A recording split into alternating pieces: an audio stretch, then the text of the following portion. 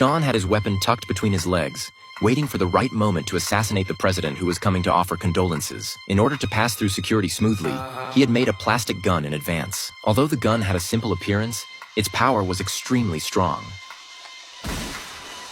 Unexpectedly, the gunshot attracted two passers-by who curiously asked about the purpose of the gun.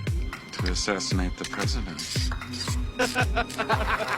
Sean ignored them and turned straight back to his room. In order to bring the bullets into the venue, he had specially ordered a keychain with a layer of feathers attached to it, so that it would not be noticed. Unlike the usual assassins who attempted to kill the president, Sean actually told his plan directly to a federal agent. When Agent Jack reported this information to the bureau chief, the chief did not take it seriously because the United States was in the midst of a presidential election at the time, and had received a large number of threatening calls, all of which were pranks without exception. However, the next day, Sean intensified his actions and called the White House. Jack had a sudden inspiration, delayed the conversation, and instructed his colleagues to trace the source of the call. The address was quickly found, right across the street in a park.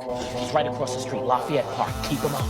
When he and his colleagues quickly rushed to the phone booth in the park, Sean was long gone. At this moment, Jack suddenly saw a homeless man staring at him in the distance, and the other party turned and fled when he saw the situation. Jack immediately chased after him, but due to the heavy traffic, he could not catch up and could only watch helplessly as Sean escaped. Soon, the presidential campaign was launched, and Jack, as a member of the Federal Bureau of Investigation, always guarded the president and followed him to 3 different campaign locations. Although Sean had mentioned the assassination many times, the assassination plan never materialized, and Jack gradually let his guard down. However, he did not know that Sean had been watching him from the audience, and the assassination plan had quietly begun. When the campaign arrived at the next stop, due to a sudden heavy rain, the event was forced to move indoors. Just as the president was passionately delivering a speech on stage, Sean deliberately punctured a balloon. This sound made Jack mistakenly think it was a gunshot, and he immediately instructed his colleagues to go on stage to protect the president. However, when Jack saw the continuously exploding balloons in front of him, he realized that he had made a fatal mistake.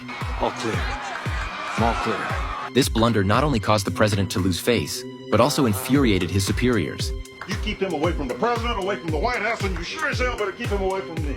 And Jack was kicked out of the presidential bodyguard team as a result. In order to appease everyone's emotions, the president stepped down and shook hands with each person one by one, not knowing that this was the opportunity Sean had been waiting for. At this time, he had already prepared his weapon and was just waiting for the president to come forward and shake hands with him. Danger was approaching in an instant.